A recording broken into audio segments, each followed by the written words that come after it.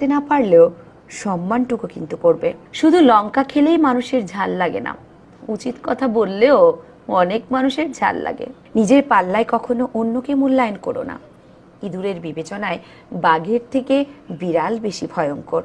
যে পরিবারে পুরুষ থাকতেও মহিলা মাতব্বর, ওই পরিবারের সাথে ভুলেও আত্মীয়তা করতে যেও না। প্রথমে নিজের ক্যারিয়ার তৈরি করো, তারপর ভালোবাসাকে সময় দাও।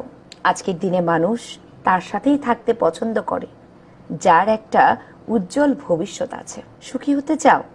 তাহলে কখনো কারোর ক্ষতি করো না। খেয়াল রেখো, তোমার দ্বারা কারোর উপকার হোক বা না হোক, কারোর ক্ষতিটুকু যেন না হয়। বুদ্ধিমান মানুষেরা কখনোই এই দুটি কাজ করে না। এক, যারা অহংকারী তাদের সাথে কথা বলো না। দুই, যারা তর্ক করে তাদের সাথে কিন্তু একদমই মেশো না।